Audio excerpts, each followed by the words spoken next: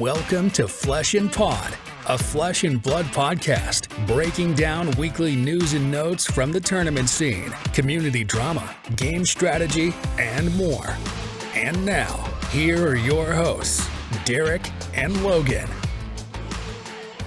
Hello, and welcome to year 3 of Flesh and Pod, episode 109. Hey, So many. where episode? Right now, we're recording. Oh, right now. Okay. Yes. Yeah. So as of right now, we are putting episode on Wax, and then it'll go from here to a platform that will then distribute it to all of the listening platforms. And then people can listen to episode. That's how it works. If we ever rebranded with a new logo or something and we did like t-shirts, we just need one that instead of like got milk, it just says where episode. No, that's going to be the next playmat, I'm pretty sure. Is this going to be the where episode playmat? Where episode. Yep, just where episode. Because why wouldn't it be? Like, at this point, it's just...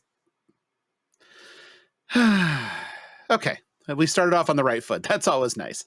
But, so I'm affectionately calling this season 3 of Flesh and Pod, as we are in year 3 now, which, fucking Christ, I don't know, man. It simultaneously feels like 10 and feels like 1. So I'm not exactly sure how that's possible, but time is a flat circle. That's what I was about to say. It's because time is a flat circle. Time is a flat circle. Yeah. Derek, did you do anything in Flesh and Blood this week? I'm going to guess no. If I had to put my money on it, I would say no. No. Right. So good. I just want to make sure the status quo is being maintained. Absolutely. And I'm going to circumvent it. Next week I'll have done nothing as well. Well, no, because you'll have been a boat gamer. Oh, that's right. Yeah. So you will have done something because you'll have been a boat gamer. That is correct. Which, are we going to try to record from the boat? Is that what we're doing? I don't know, man. I just work here. Yep. That sounds about right. Happy New Year, everybody. It is officially 2024. And that means in the US it's an election year, so our lives just got worse. Yeah, and so much worse. So much worse. It also means it's a leap year, so not only is the year worse, it's longer. So they got that going for us too. And the best part about this year is that there's still going to be Flesh and Blood to talk about. So this show will probably just keep fucking going, because why wouldn't it? And you remember, maybe you don't remember, but remember when there used to be this like lull where there was like no news to really talk about in Flesh and Blood, and we could just do like a 1-hour vibe session and call it an episode, and everything was fine, and there was no like... Yeah, I do, especially during the holidays, which is right now. Yeah. Right? Yeah, that's not real anymore, because we just get news continuously. We've hit the Flesh and Blood 24-hour news cycle. So, or at least the Flesh and Blood weekly news cycle. So we still have shit to talk about. Like, I was really kind of thinking there's going to be one of these weeks where there wouldn't be anything to talk about, and so we'd just skip a week based on there not being anything to talk about. Nope. Nope. Every fucking time there has been something worthwhile to talk about. In this case, we have a bunch of shit to talk about. Hooray! It's really glad that you should be glad, or somebody's glad that I really like doing this. I don't know who that is. I don't know that I would say a lot to talk about, but we're going to have a long episode because of, like, realistically, if we look at this, we really only have 3 bullet points this week. I know that your show notes are far more detailed than that, but the reality is, right? No, they're not. We have card reveals, the promo pack reveals, which technically that you could lump that into a second version of the card reveals thing. So that could even just be 2 bullet points. And then the like Rudy crying video. And then that's it. One. So, and some listener questions. Well, sure, but I just mean, in terms of like stuff to cover, like we say it's an endless news cycle, but the reality is that topic wise, it's light. It's just there's a lot meat on the bone. Yeah. That's the problem, is that they're meaty topics. And speaking of meaty, our topics do not believe in intermittent fasting. No, they're not on a cycle. They are continuously eating. But speaking of meeting, we did get ourselves some brute love, and in some people's minds, some brute hate. I think they're wrong, but we'll get into that. With some spoilers from heavy hitters this past week. So let's start off with the biggest bang, which is our boy KO is back. Yeah. And he's missing an arm. Yeah. Which I really, really like this. I like this for a couple of reasons. Okay. Because he's the fuck around and find out hero. No. The two big reasons, like this felt so good to me. And actually there's a third reason that I want to touch on that's like less jokey, but one, a lot of times when people ask me like, hey, if you could design a hero, my go-to answer is always like, I want to do a centaur because I want to wear 2 sets of boots because I think it's funny, right? Like, but I also just like when design matches the physical characteristics of the cards, right? So KO's text, and I know we're going to get to all of it in a minute, but the fact that you can only have one weapon zone because he only has one arm is like, it's like somebody heard me and they're like, hey, we like your centaur idea, but we're just going to go the other direction. We're going to give you a one-arm person. I also loved it because the adult name is KO armed and dangerous. You don't know how much I fucking hate that. I love it. I know you do. It made me so happy. But like, if I'm being honest, so the less jokey thing, the real reason that I think this is pretty cool is I like that this set is providing a new round of representation. So like when you talk about the way that things are portrayed in games, and you always hear about, how representation matters and things like that. And I agree with all of those points. This is, I mean, it's not going to match everybody's thing, but this is our first technically like hero with a disability. And because we don't have like the traditional like blind fighter thing, which I know is a trope in a lot of fantasy settings or whatever, but this is just like straight up, it's a one-armed hero.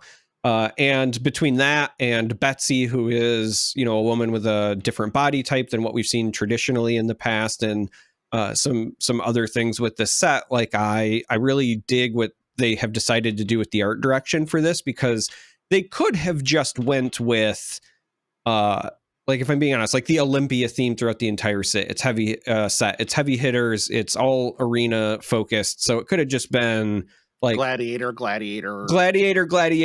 pro wrestler, because we know that they're big pro wrestling fans. And then that would have been it. You know what I mean? And instead we actually get, quite a bit of meat on the bone to do a callback as far as the representation in this set. And I want to give LSS a hand for that, but I'm going to do it KO style. Okay. We did it. So yes, I agree on all those points. And I saw a lot of people who have a variety of different,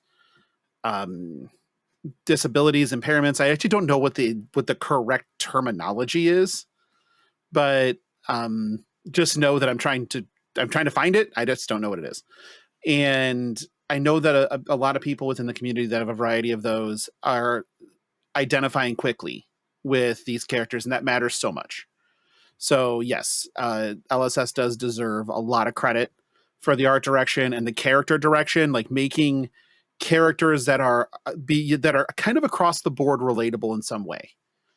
And that ability to relate to a character is very important for people's comfort in the game, right? Like, instead of having some unrealistic expectation of association, they can look at a character and go, oh, they're kind of like me, and have that relation. And I think that that's very important. So yes, I completely agree. And I do love that. I still hate the name. I am still against the pun entirely. And the only thing that should be Armed and Dangerous is the John Candy, Eugene Levy movie with Meg Ryan. That Armed and Dangerous, which, what a fucking classic. It is god awful. Everybody should watch it. But let's dive into KO. So yes, he has one weapon zone. So you can only, and the reminder text of you may only have one-handed weapon or offhand equipment. So this equipped, I should say. In this case, that leaves you with the options of Mandible Claw. Before we see anything else, Arcane Lantern or whatever it's called. I think it's Arcane Lantern, right? Yeah. Yeah. Is there a generic shield now? There is in this set. There is in this set, I think. Yeah, I was going to say, I don't believe prior to this set. There is the new one where it's blade break. Bloodied oval. Yeah. Yeah. It's meant for, like, let's be honest, it's meant for Ultimate Pit Fight because of the text or whatever, but it is technically generic, so. And then Ornate Tessin. So options are limited, but the text makes Mandible Claw still super fucking good. And the text on this one is attack action cards you own get +1 while they are in any zone other than the combat chain. Mm-hmm. Yikes. The first time you discard a card with 6 or more power during each of your action phases, create a might token. Okay, so there are a lot of blue 5s. In case people out there just didn't know, there are a lot of blue 5s in Brute. Or even just generic. Good generics, because like when I saw this, I immediately thought of, like, you know, somebody's played a lot of Guardian cards like Findall's Fighting Spirit, where the Raging blue is Onslaught. a 5. Yeah. It's opening up some options. Right. And so your cards that require discarding a 6. So you don't get the Intimidate off this because obviously not an Intimidate hero. But discarding a 6, which can be a blue 5 at this point, would get you your might token. More importantly, you turn on things like Pulping and Wild Ride and Blood Rush Bellow and Mandible Claw. Mandible Claw very easily by just your entire deck does it. Berserk is another example, which people have been, and I'm going to do a charmer, going berserk with on Talishar already. Just how big can we make this? And honestly, pretty goddamn big. So the one thing that Brute has always missed is consistency. The random discards were the thing that hurt Brute. This is consistent Brute. Yeah, so I think it's actually kind of funny that we go from KO, who was like more random than Rhinar by far, to the consistent, like the consistent Brute option right now, in my opinion, because not only do you get the consistent triggers because you can now run the blue 5s or even yellow 5s if necessary or whatever, depending on how you want to go with the build. But the other nice thing is Mandible Claw, because the might token is just your next attack. It's not attack action. The might token means that if you figure out ways where you can lead your turn off with Mandible Claw, because it'll potentially have go again, it allows you to have that awkward break point. Like the weapon for 4 is a pretty big deal. We've saw, that in the past with the various hammers, right? Being able to just say, hey, if you one card block this, I still leak something is also okay. And the reason that I say like lead off with it is, you might have to play a non-attack or whatever, but we also have the windups that we've already seen as well. So like Mighty Windup is a great example because it's a blue 5 and it has just 6. That. So it's a 6. And so you can just use the instant part of Mighty Windup, and then you activate the KO ability, but also you're creating another might token, and then that just peels over into the following turn even further. There's a lot of really cool interplay, and KO in particular makes me almost interested in like trying to theory craft for Brute. Yeah, Agile Windup is possibly the scariest card I can imagine in Brute right now, because It's pretty good. making the agility token and then being able to just do swing big for 9, because you discarded this, you made a might token and an agility token. But being able to just swing big for 9, go again as your first attack. And then, that's just like fucking brutal. And the consistency, Brute having consistency is something that I know a lot of people have always clamored about, because it's been an inconsistent deck the entire time. Everybody's died to discarding the wrong thing to Blood Rush. Everybody's been, reckless swing, getting, not having a functional reckless swing hand to kill your opponent, or not, the list is long, like not having a 6 to discard to something to make it relevant. And here it's all fixed for this Brute. And I know that for a long time I've said, and this is probably wrong, but I've said that they were scared of Brute. And I don't think that that's accurate. I think that Brute has always just been kind of hard to balance. The knobs to turn were just one slight move in the wrong direction and you're making something busted. I feel like this is a good ground, mainly because the one weapon does, being able to only play one Mandible Claw, which is a 1 for 3, 1 for 4 potentially, or 1 for 6 potentially. I mean, Blood Rush Bellow is a card, but being able to being able to only use the one weapon really makes it so that there is an opportunity cost. I do question whether or not that opportunity cost is still too low. Yeah, so the interesting bit, and the reason that I like the way they did this is, you're right, we do have the one weapon, so your big explosive turns can't go quite as wide. And then the other thing that I like about this is that, outside of the other Brute cards that also intimidate, you don't have, like Rhinar, for example, that baked in intimidate. So there's also not the like, oops, you're dead moments. Like, you're getting consistency, but you're lowering the ceiling as a result. And I think that's what needed to happen, right? Like, true consistent Brute with the old levels of power, with the Rhinar levels of power, old KO, I think would have been too much, right? There's a reason that they haven't supported it in that fashion. And so now it becomes okay, kind of pick your play style. You can have these, big aggressive turns, or you can roll the dice, literally. Right. Speaking of Rhinar, he's back, baby. He is back. We just the second Brute for the set is just good old fashioned Rhinar Reckless Rampage. No fuss, no muss.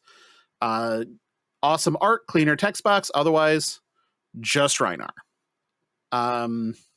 Love the new adult art, though. Oh yeah. Personally. Oh yeah. The thing that got me excited with the adult art was actually the text box. The fact that it's cleaner and doesn't have the reminder text. It's still on the young one, because that makes sense. With Blitz supposed to be more of an introductory thing, but it not being on the adult I think is awesome. I think that just looks so much better. But I'm also one of the psychopaths that like the Arcane Rising boost cards that just say boost. No reminder text, just boost. Boost. Boost. Boost. Boost. Boost. And so, because we got KO and Rhinar, there's just one hero left, and I am still waiting to see my new Valda, because I'm doubling down on that prediction now. The fact that we got KO and Kasai, Valda seems like the most reasonable one. It really does. Yeah. And I know that we talked last week about this just being, or maybe it was on FAP After Dark. I think it was on FAP After Dark, that we just talked about this just probably is just Rhinar before it came out. And the reasoning that was given by Bryn was there are 10 Marvels. So if they're all heroes, that means, and there's 6 heroes, that means there's 1 repeat hero. And it makes the most sense to be Rhinar. And she detailed some reasons. And I just like, yes, that makes absolute sense. It's probably just Rhinar. Just good old fashioned Rhinar Reckless Rampage. 36 hours later, boom, Rhinar Reckless Rampage. It's like, okay, yep, that's as expected. I do expect Valda is the Guardian. One, her mechanics are draw card oriented with making the seismic surges for her current hero. They probably would stick in the same vein, in some form or fashion. And there are gold tokens floating fucking everywhere in this set. Yep. So she plays super well into that. And I just also want my copies of copies of Earthlore Bounty to go up in money. So, there's that too. So it's either Valda, and that's where I would place my strongest bet, or it's another Mangle guy. I was going to say Jarl. It's another just brand new hero, in which case it would have to be Jarl. The only reason I lean towards Valda is I also feel like personally she still fits the arena theme of a set more, whereas Jarl, like he's a hella like he's a fighter, but he doesn't strike me as like I want to go to the arena. Like he's like a Odin, general, right? Yeah. Like he's So I think Valda makes the most sense. The outside shot, the sleeper pick is Yoji as a disgraced guardian. That would be the sleeper pick. Die, so be like like Yoji a Ronin and Yogi Arena Ronin, like that would be the sleeper pick, but I think Valda still makes more sense. The only reason I kind of like Yoji in that spot is there's possible relation with Kasai, being both Volcorians. Is that what we call them? But that's the only thing I can think of. But I do believe it's Valda. So the other reason that I'm like leaning towards Valda, and it's likely going to be a new version. It's entirely possible that her health doesn't translate over, but so far all of our heroes have been the standard 2040. Yeah, 420, 440. Yep.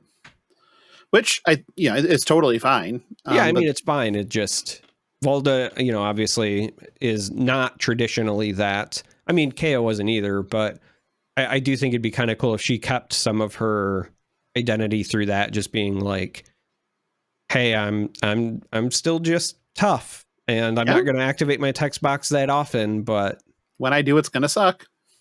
Yeah. But I think that this is one where, so obviously there's a lot of gnashing of teeth of people like, oh, it's just Rhinar again.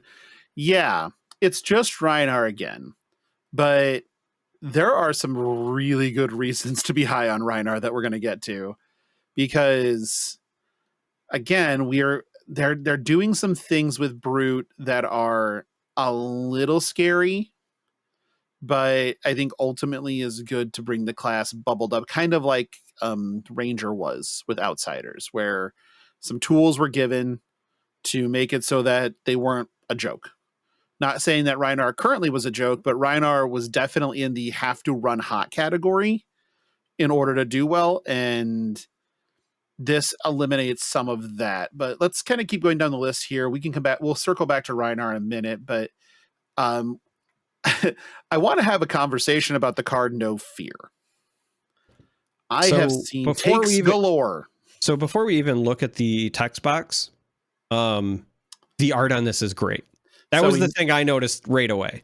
Oh, the first thing that I noticed was, well, I guess we know how KO lost his arm. Shit. I mean, kind of a fuck around find out. I want to see. I want to see Betsy upgrade her shawl one more time. Like she went from fur to the head to whatever this thing was. Giant fucking super tooth lion-ish. Well, it's got horns too. Yeah, that's why I said ish. Yeah, it's maybe it's like a manticore. I don't know. It's terrifying, whatever it is. Oh yeah, it'll fucking eat you. So there is that. No Fear is, I think, if I were to pick the most interesting card in this set to me so far, non-Kasai, bracket, it would be this one. Not necessarily because it's great, which I personally think is very good, but because it's different. So the text on No Fear is a 0 cost, red pitch, instant, so no block, no attack, brute instant. As an additional cost to play this, banish any number of cards with 6 or more power from your hand. Think KO.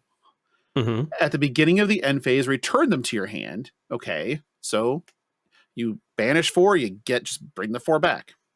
The next time you would be dealt damage this turn, prevent X of that damage, where X is 2 plus the number of cards banished to play this. This is a 1 card block 6 in KO. Kind of. It's it's 1 card that can block up to 6, but then you're not doing anything else for the rest of the blocking phase. No, it's just the 1 shot. Right. So that's the caveat. And so I haven't seen many takes on this. So I don't know what was said, but I will say this. I think that this card is better in KO than Reinar, but will likely be meta dependent, and depending on the meta, like today's meta, for example, I think it would still be worth a sideboard slot because it is an instant that prevents damage, not physical damage or anything, just straight up prevents damage. And so this gives you a great way to make Kano respect you. Like that's what I saw with this, right? Was like Arcane gets blocked by this, and it kind of gives you, because like, let's be honest, right? If you are trying to shut down Kano, a lot of times if you were pitching, you're not traditionally blue heavy and brute anyway. So you'd be like pitching to AB, but this like you quote unquote pitch your hand through the prevention, but you only lose the 1 card as opposed to a bunch. That's where I think this gets the most value, are those times where you would have been pitching multiple cards to AB and instead you're kind of, upscaling them because you get them back. But because you have to commit a lot of your hand, or even just 2 cards to get to the 3 threshold, for like, because in my mind, it's like, why would I ever want this over a 3 block? Or, the other thing is this by itself doesn't have a 6, right? So it's a liability if you're playing it in Reinar. At KO, you care a little less because it's not like randomized discarding. But like, it's still 2 cards to get you to that 3 threshold. So very good against AB stuff in a pinch. Also good against on hits. Good against Crippling Crush. Good against Pummel. Yeah, stuff like that. Great, right? So I think, again, meta dependent or matchup dependent, it will be worth a slot in your sideboard, but I don't think that it's like an auto include like 4 of necessarily either. I don't think it's an auto include 3 of. If you play 4, you're cheating. And also but I feel like this is so good against go tall strategies, and it's so good against hand disruption. Hand disruption's the big one. Right. And so even against things like Azalea, where you're this with, a sink below plus this and 3 cards is typically going to be enough to cover up one of Azalea's, turns that are really rough on you. Not all of them, but a lot of them. And then getting your hand back so you still have a turn is very strong and very important. This just being they're dominate crippling crushing me with pummel up or whatever, or just dominated crippling crushing me or tear asunder hammering me. Fuck it. Just play this, put my hand aside. Can't discard what I don't have. Right. And then you get it back. And so you still have a turn. Yeah, so very good into those instances. Yeah, those are the instances I think where like it shines. Anytime where you'd be forced to discard, or like I said, Kano was the other thing that I was like, hey, a lot of times you're stuck trying to pitch to AB anyway. And so this way you at least get those cards back. You're likely preventing the same amount of damage anyway once you, place it at the right spot, as far as, because it's an instant, so you can time it where you're interrupting or slowing down the amplifiers. But I don't Like I said, I haven't seen what the takes are, but I don't think that this card is necessarily like busted. It's good, and it's a good tool to have for certain matchups, but I don't think that this I don't know, like breaks Brute by any stretch. Breaks it? No. Is it very good? Yes. Into certain matchups specifically, yeah. I mean, it is conditional. So kind of waiting for the interesting. So the other spot, this kind of jumps out at me. Yeah, like you wouldn't get the defensive part of it because you would have to do this on your turn. But Levia banish. Yeah, I was gonna say you're banishing, right? So like if you really just need to banish something for Levia to not take blood debt, you can. Like that's also an option. It's not great. It's not great. I mean, but if it's a 2-card don't die. Yeah. I mean, that could be worse. Could be worse. The next card we're going to talk about, I'm a big fan of, though. Let's do this one because I don't get this card at all. The next one is Show No Mercy, or as I like to call it, Beta Rampage. It is a 3-cost, 3-block, 6 attack, Rhinar specialization. When this attacks a hero, intimidate them. So sounds like Alpha Rampage without the discard, without the discard effect. If the defending hero has no cards in hand, this becomes Alpha Rampage. Yeah. Why? So here's the thing. I think this card is potentially better because not having the additional cost means that like the floor for this is higher, and they can't block with their whole hand. I get it. Right. But also with this, when this works, like when you're getting the value for this, like it's just straight up deal 9. And that is a even scarier proposition. So where I thought of this card was Blitz. Like 9 is a hell of a lot of guaranteed damage in Blitz. Now there's equipment, obviously, right? But that's still scary. And it's already part of the way there, like when this attacks intimidate. And so depending on what else you've done prior to this, I get a bit worried about some of the top end for what we're seeing out of Brute. The bursty turns are burstier. Yeah, I'm trying to remember what the other one, because wasn't there another card where it's got like Intimidate that was already revealed? Rawhide Bonebreaker Bellow. Bonebreaker, sure. But we'll get into that. That is not next on the list. But next on the list is Rawhide Rumble, which also has Intimidate, but it also has our favorite mechanic ever. Yeah, Beat Chest. Beat Chest. Just let's go. Beat Chest is, so this is Rawhide Rumble. This is a rainbow, so red, yellow, blue pitch. The red pitch is costs 2 for 6, block 3, so all good things. And it's a brute attack action. And it has Beat Chest, which is as an additional cost to play this, you may discard a card with 6 or more power. So, but not random. That's the big thing about Beat Chest. Not random. So it turns on KO. But this is a Rhinar card. Is when this attacks a hero, if you've beaten Chest this turn, intimidate them.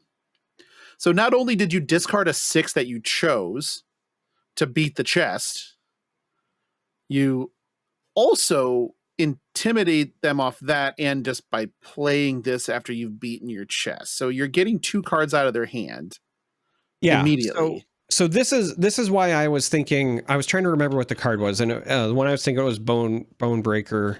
Bonebreaker Bellow. Yep. Yeah. And Bonebreaker Bellow, first I'll read another one. Yeah, I'll read the text, and then I want to talk about why I think Show No Mercy is nutty. So Bonebreaker Bellow, it's in a cycle, right? They all cost 1, but the red pitch is what we're gonna. They all block 3. Here. Yeah, they all block 3. Red pitch costs 1, has beat chest again. So again, as an additional cost, you can discard a card with 6 or more attack. Your next brute attack this turn gets +3 attack. If you've beaten chest this turn, instead, it gets +5. Go again. Now, there is a nightmare scenario. Now, granted, whenever we have a card revealed, we like to think about the stratosphere, if you will, right? Obviously, this is not the every whatever, but if you ever have a scenario where your hand is like bone breaker, pitch, and then something that costs 6, right? Because again, the beat chest is just if you've beaten your chest this turn. It doesn't have to happen every time. Then those bone breaker bellows are basically like 1 for 5s with go again. And you know the other part of that is? And here's the thing with this, right? With Bonebreaker Bellow, it's just your attack. It's not attack action. So if you've got the pitch to pay for it, and then you can swing with your weapon at the end of that, like everything's fine. And that's not even counting card in your arsenal. And if you've got card in your arsenal that's maybe like Show No Mercy and you can pay for it, or even just a single. So like scary proposition, just a standard like, hey, I've got Bonebreaker Bellow and Show No Mercy, right? So I'm gonna pitch a blue, take my counter off my tunic, play Bonebreaker. So this is just standard 4-card hand. Play Bonebreaker, pitch my thing that costs 6, and then play Show No Mercy, right? So that is swinging for 11. You will have, if you're Rhinar, double intimidated them. And then, because the thing with Show No Mercy is, the defending hero has no cards in hand, this gets +3. That isn't like when you play it, that's just static. So you swing for 11, and they only have 2 cards in their hand, but if they block with both, you get a +3. It's true. So that threatening of the +3, this is why I like Show No Mercy maybe a bit more than the Alpha Rampage. That threaten of the +3 basically says to them, like, even if you wanted to full block this out, you really can't. So I'm likely leaking damage, because unless your block is more than the +3 I would be getting, right? If it's a Sink Below or Fate Foreseen, sure. But otherwise, you're probably not getting any benefit. You're just losing a card. So I'm leaking damage one way or the other. Yeah, the turns that I've seen with this card so far are Bonebreaker Bellow, discard pitch a blue, Bonebreaker Bellow, discard a 6, make another Might token. This was out of KO. Attack with Mandible Claw for 9, go again. And then follow that up with Wild Ride, draw a discard, hit another 6, and then an attack behind it. Yeah. And I was just like, and the beat chest thing is just if you have beaten your chest this turn. When you combine this, again, the Bonebreaker with Rawhide Rumble, right? If you beat chest for the Bonebreaker, then Rawhide Rumble's Intimidate is also just live, right? Right. Yep. Just really scary, like potential setup turns with the beat chest mechanic that I'm really like both looking forward to, but not. No, it's fucking frightening. And the fact that so these are also block 3s. Like, these are not just terrible dead cards. So it's scary letting brutes control their discard. Like, functionally frightening. Because you could just as easily go, shit, I have a blue, a 6 power, or I have I guess in this case it would be, I have a blue, one of these in arsenal, one and then 3 6 powers in my hand, 2 6 powers in my hand, and a blood rush. I guess let's go to work. Yeah. And that turns into a fucking nightmare very quickly. So this card does strike me as scary because of the controlled discard. Like, so many stupid things can happen.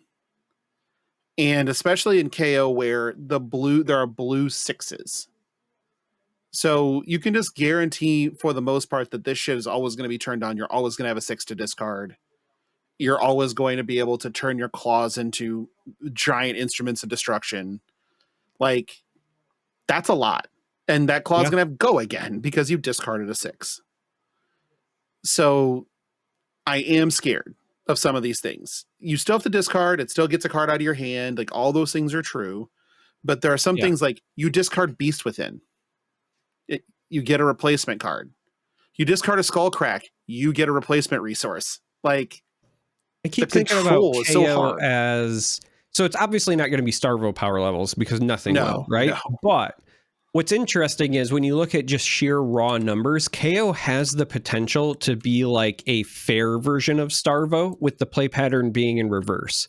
So Starvo was like, I play the 9 with Go Again, and then I swing for 4. The difference is Starvo's 9 had Dominate, and then the 4 had the on hit of the Frostbite, right? That's where Starvo really got busted.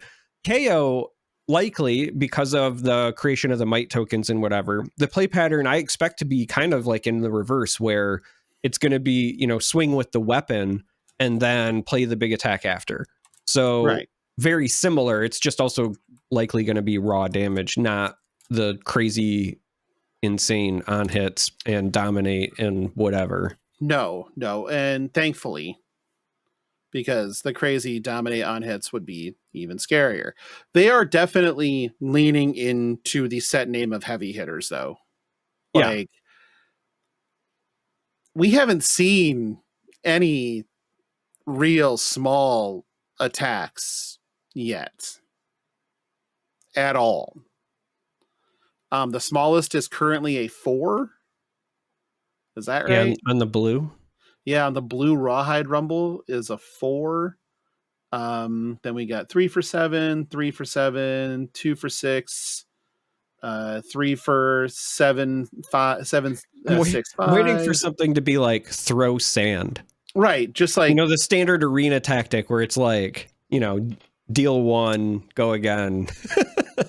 yeah, it's not even like, I guess this is fucking weird in and of itself. Not even in the expansion slot do we have an attack that is less than 5. Because like right now, Judge, Jury, Executioner is 5. Yep. So they're definitely leaning in, and I absolutely approve and love it. It is, I don't know, like I'm so excited, like, to just play Haymaker .set. Like, let's just throw hands. Just fuck it. Like, why wouldn't we? This is going to be flesh and blood as James White and God intended. Yeah. Reinar, again, it's going to be based on setup and whatever, but Reinar seems pretty scary so far. As far as like limited and even just new blitz tools. No, right. Brute is scary. We don't Guardian is scary. Warrior is scary. So we're looking to shake it all up again, and I love it. I love shaking the snow globe and seeing what happens, because this is just so interesting, right? Like, what all the kind of shit you can get up to, like giving a fucking Anathos overpower and wager, right? Like, well, I guess like that's nuts. And then the entire text box of the Warriors. Like, Olympia's pretty boring, except not boring. And I'm very curious about like what some of the weapons are going to be as well. Yeah, I think that plays a big part. Safe assumption it's probably still Mandible Claw for the brutes, but like I'm looking at Centauri Saber, for example, and if that ends up being the only weapon for warriors, then like how does that play into Olympia's playstyle versus Kasai? Also, I haven't seen nearly as much like give your weapon go again so far, and they don't naturally have go again. So there's a lot of, I think, pieces to the puzzle that we're missing, and obviously it's still very early in spoiler season, so that makes sense. But that's something that has not been lost on me. Also, same thing with the Betsy thing, right? If her weapon ends up being, you know, the caber, the giant log, does that mean that whatever the other guardian is also using the same thing, or are we going to have, you know, some variants? How is this going to flow? So, well, yeah, we know we have Balance of Justice. Is that what it's called? The equipment that's the new gold foil going forward, starting in Queenstown. that has the between temper and battle worn on it. So we don't know what that is. That does sound very Guardian. Mm-hmm. I do think that, so I do feel like the Guardians and the Warrior. So I feel like Olympia will have a new weapon. The Brutes will not. And the Guardians, you may see 2 new weapons.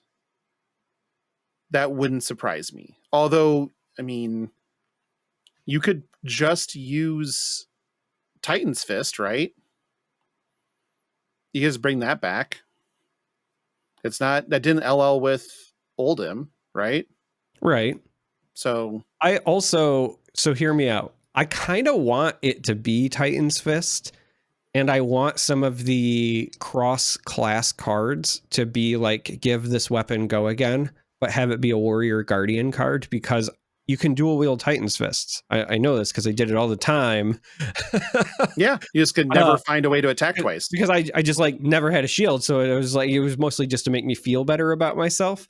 But now, like, I want a reason. I want to dual wield Titan's Fists and bring the heat. So that also could just be one of those things where maybe there's a card that's hammer throw, you know? And if you have 2 hammers, you can throw one of them. It's like a flick knives, but bigger. And then that would bring the Jarl into play, because now we have Mjolnir. We have Graven Call, the dagger that comes back, but what I need is a card that lets you throw a hammer, and then I need a card that lets you bring a hammer back, because then you can be Thor, right? Right. You get Mjolnir. Yeah, just we can do that. Yes. Yeah. Sounds like fun, right? It does sound like fun. It sounds like fun.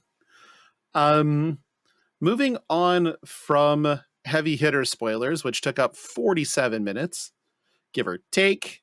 Let's hit up some Judge promos. So the Judge Pack 3 promos, some of them were spoiled by the rules. So Klaus and Josh with the rules committee over at LSS. And so we got some spicy ones. The Judge one we saw was Proclamation of Production, which I think is actually kind of cool personally, but it is. Are we even going to go over the text on these? Because I mean that's the only one.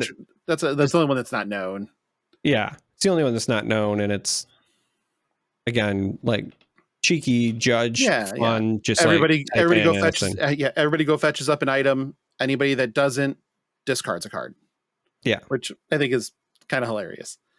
But then we get Teklo Vaesen Esteem Magnate Cold Foil in Judge Pack 3. So following the tradition of the Cold Foil adult heroes from the previous set or the current set that the Judge Pack is supporting, being in there. So Teklo Vaesen is this one. Drone of Brutality Red, which spicy, sick. It's spicy and it's sick, but it's also interesting because like you're giving that as a reward to judges, and like the people most likely to hate Drone of Brutality. Right. That's what I was going to say. Like the people who are either going to hate it, but also if you're judging events, like you're just never going to see that thing play ever again. No. Well, no, never. And then the one that is there to purely injure wallets and no other reason. The one we knew that was coming. We knew it was coming. Cold Foil Sink Below. I don't even have my Fate for scenes yet. And now we have Sink Below. You sure don't. And you do have your pummels. I do have my pummels. There's that. That's not so bad. No, that is pretty good actually for me. For you, yeah. It was your seeing your heart lift when you're in the spot where you're able to get your pummels was so heartwarming for me. I didn't even think that I would cross paths with one, let alone a playset. So it was like one of those, I spent the entire weekend trying to figure it out. You did. When you weren't casting, you were trying to you might have been doing it while you were casting. You were trying to figure out Cold Foil Pummel. Yeah. So it's my favorite generic card in the game. I know. So I know. Mine is Snatch. So what you're saying is Cold Foil snatches are coming to the Judge. Break me. Yeah, probably.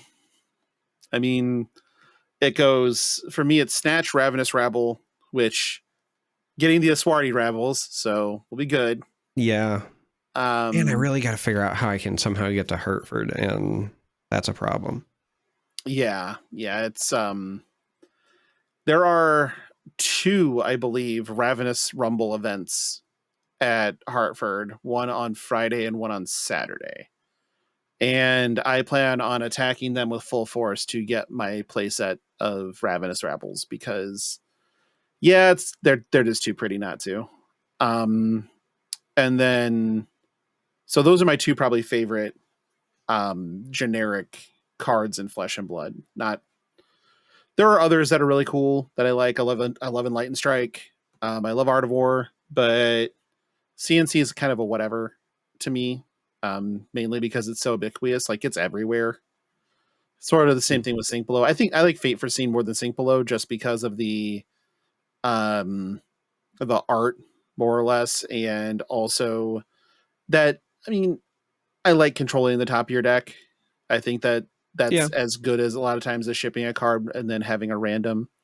Now, the Fate Foreseen Sink Below combo platter, where you get to opt, find out if you want it, and then sink, is one of my favorite things to do. But yeah, I mean, this is going to cost a lot of money for people who want them, just straight away. And yikes. Oh, so just kind of like trying to think through generic cards. If we're not, and I assume like we're also not counting equipment, obviously. Right. Man, you know what I think my second favorite card after Pummel probably is? Unmovable. No, I actually don't really like Unmovable, and I try to not play them if I can help it. I know that shocks some folks, but legitimately, I think my favorite generic is Plunder Run. Oh, I do love a Plunder Run. Because like if I can't make you discard cards, then I want to draw cards one way or the other. So why don't you love Snatch? I do like Snatch, but Plunder Run just lets me kind of do it however I see fit. So what you're saying is you like Snatch, but you don't love Snatch. I like Snatch when it's following a good Plunder Run. I want to plunder. A plunder to Snatch. Is, yeah. And if you razor that plundered Snatch, the spice is on. Yeah. Like, it's so good. I like Plunder Run a lot. So another one that's like high in contention, but it's also hard. It's not an equipment card, but it's like in that same vein because of it. But like Gorganian Tome, I just love Gorganian Tome. I like playing with a 59 card deck.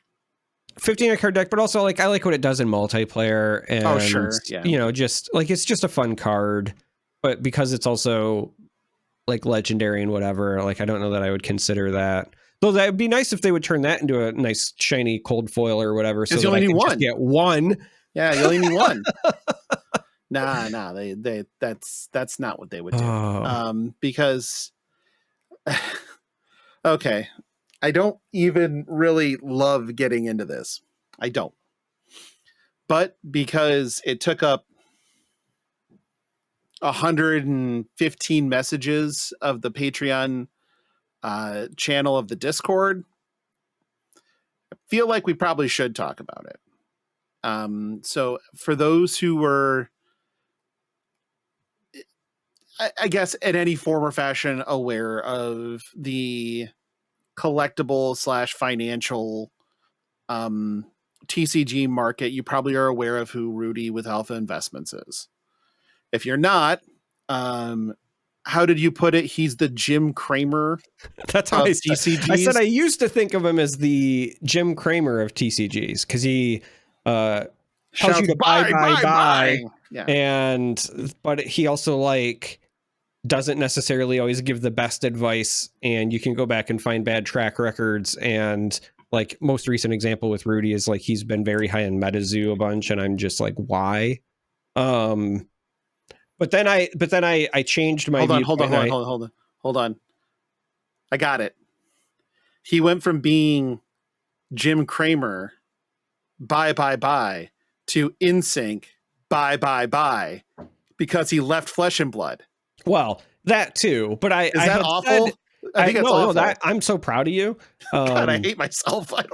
I was getting ready to say that I changed my mind to more recently. I think he's more like the Elon Musk, because Elon is, at least the current version of Elon, is somebody who I think cares more about his own like fame and influence than he does the actual business side of anything. And then he uses that fame and influence to leverage markets to make money.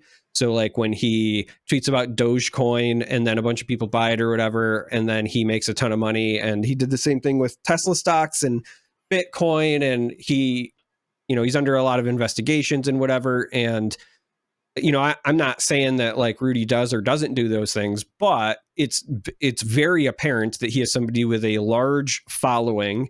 And if he says like, hey, you should buy into this thing, people are going to take that advice. Or even if he says, I'm buying into this, then people say like, oh, well, if he's doing it, I should do that as well.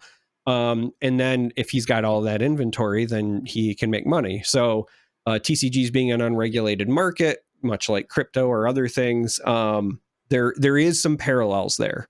So that is the way that I always think of him, as somebody who he cares very much about the market as a whole, but also enjoys his ability to influence the markets.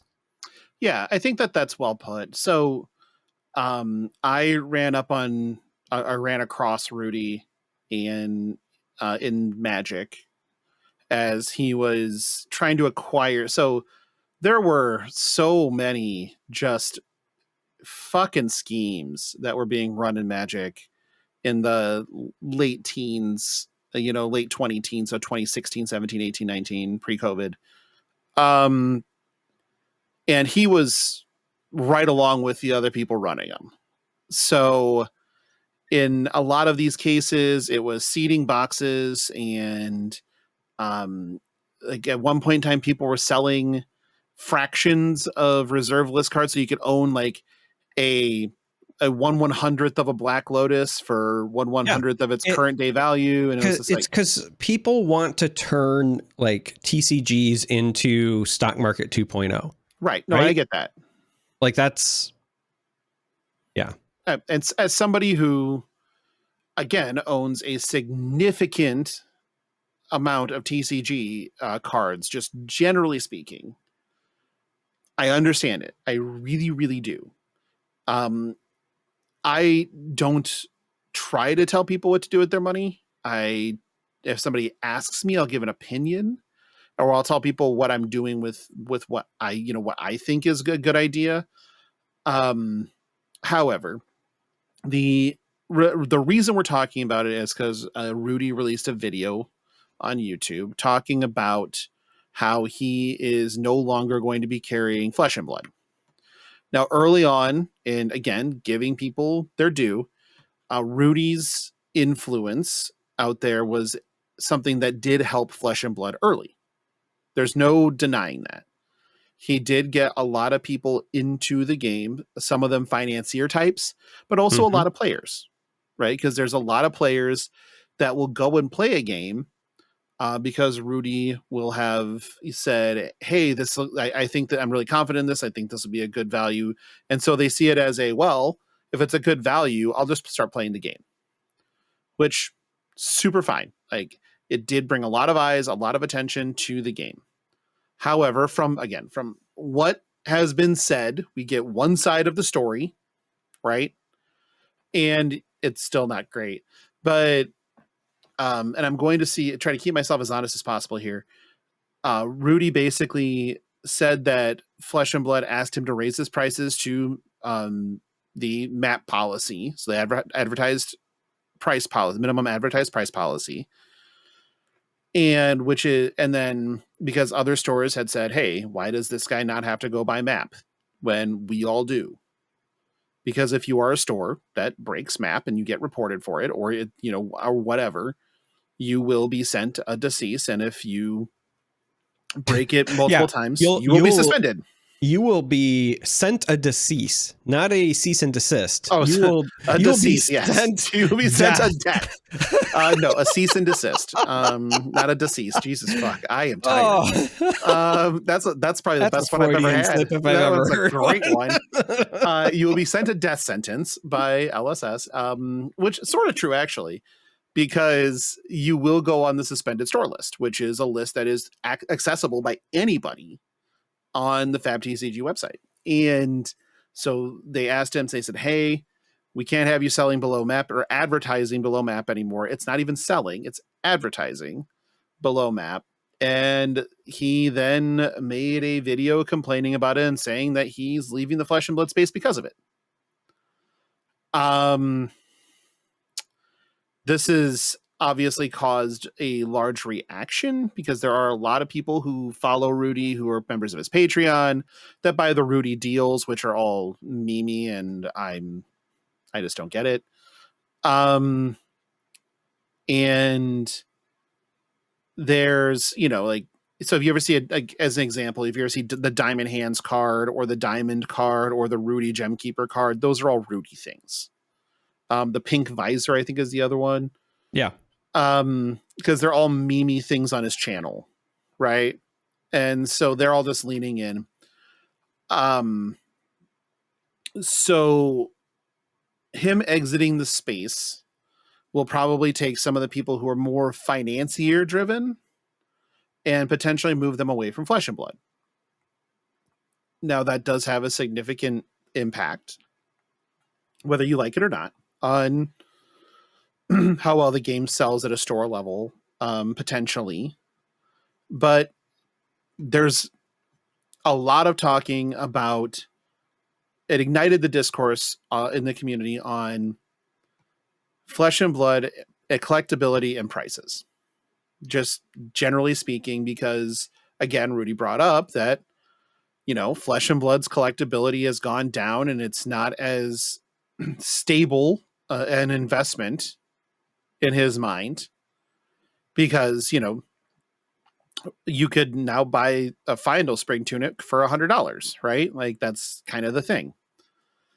Now, I'm actually going to let Charmer go first on this one because he said, and I quote, "Man, I'm going to let so many of you down, lol." I first would like Charmer to let us down. Charmer, please do. All right. I don't give a fuck about your investments. Like, just full stop. I don't care. If you want to invest, like, be a grown up and get a 401k, an IRA, do fucking something in a regulated market. Trading card games, Beanie Babies, whatever, should not be your retirement plan. Shouldn't even be your for fun retirement plan. Like, I don't give a fuck about your investment. And I'm sorry if that let you down. So let me start there and then strap in because we're going for a ride. I do believe that part of what Rudy is saying is correct, and a lot of it is incorrect. I think that collectability is the same as it's always been. I think that the investment side is down. I think that card games, especially trading card games, have three pillars. They have competitive play, casual play, and collectability, the big 3 C's. But I think collectability is different from investment. Investment is the people who invest in it. The entire end goal of an investment is to make money, to have more money come out of your investment than you put into it. And I personally think investment is a net negative for games. Just full stop. Because the only way that you make money is by creating a scarcity of the thing that you have, which then limits accessibility. The whole complaint we've had in the early years for Flesh and Blood was it's an expensive game. It's not accessible. I have friends who want to try it, but they're put off by these really expensive cards and buy-ins. And we've heard it time and time again. We also heard complaints about, hey, first edition printings are way too much. They're way too expensive because everyone wants to buy it up. Well, you know who was buying a lot of that first edition shit up? The investors were, the people investing who weren't circulating those cards into the player ecosystem. So I think investments are a net negative. Now, that's different from collectability. I'm a collector. I love my shiny assassin shit, right? I've got Crowbrain. I see it and I want it, but that's because I'm playing it and that appeals to me. I'm not buying my cold foil assassin cards because I think that I'm going to sell them at a higher value later. I don't even think I'm going to sell them at all, right? Like, it's possible I will, but it's not my plan. And that's the difference. There's a difference between collecting the things that you like and buying something because you hope it retains or exceeds the value. And if you're trying to do the value thing, I think it's a net negative because, again, the only way that it increases in value is if demand increases. And there's only two ways that happens. You either grow the game or the scarcity of said thing increases, which means people are hoarding it. And if people are hoarding it, then I think that's another problem. And I think that this bit Flesh and Blood, honestly, really hardened the ass in the early days with the Monarch thing. We're still experiencing the fallout from everybody seeing the prices explode. And so a lot of people who were investors, not players, investors, bought a bunch of first edition Monarch to sit on it because they thought that that was going to be their get rich quick scheme. And we're all still paying the price as a result. And even with first edition Tales, which wasn't as bad, we still saw some of those inflated prices.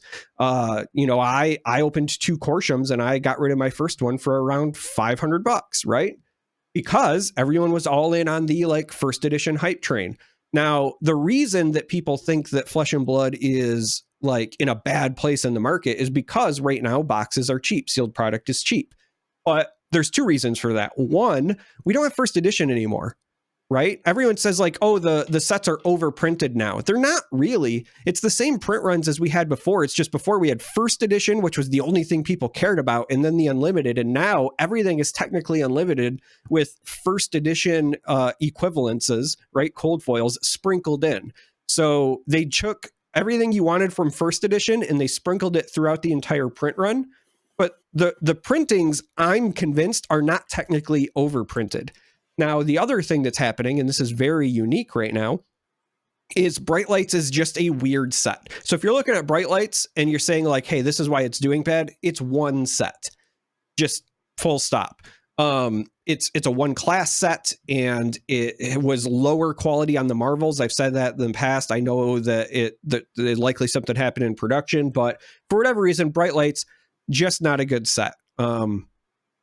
I don't have much else to say on that. So of course that's lower, but also like, if I'm being honest, Bright Lights has been opened probably more than any other set because the other big shift that's changed, the other reason that prices are cheaper is that since Outsiders, we've had a couple of sets now that had a very heavy focus on limited, and we've had limited events. So we got more people opening stuff for limited play than we've had in a long, long time. There weren't a lot of, for example, people running booster drafts of Arcane Rising, even really Monarch. Like there was some, but not to the extent that we've had for Outsiders, and definitely not to the extent that we've had for Bright Lights. So that's going to get stuff into the ecosystem as well. So in my mind, like the competitive play is still there, the casual play they're working on, and the collectability is still there. There's still the ability to collect the cards that you want. But if you're trying to use this as an investment, then my advice to you is just don't. Like, again, there are plenty of ways that you can actually invest your funds responsibly. And even if you want to be irresponsible and you want to go into something unregulated and volatile and you're looking for your get rich quick, then like crypto is a thing. And you might be saying, well, I don't want to get into that because, I know that there's a bunch of people who market manipulate that and blah, blah, blah. Well, there is for fucking trading card games too. The only difference is that I'm trying to play this game. Like nobody's trying to play crypto. The entire point is the investment, buy, sell, pyramid scheme bullshit. This is a game.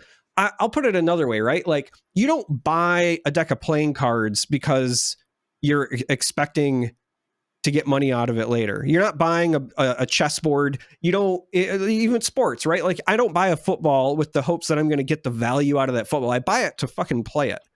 When I buy my board games, I'm not like looking to sell my board games later. Like I get that it's a trading card game. And I know that Magic in particular has really warped a lot of people's brains over the last 30 years.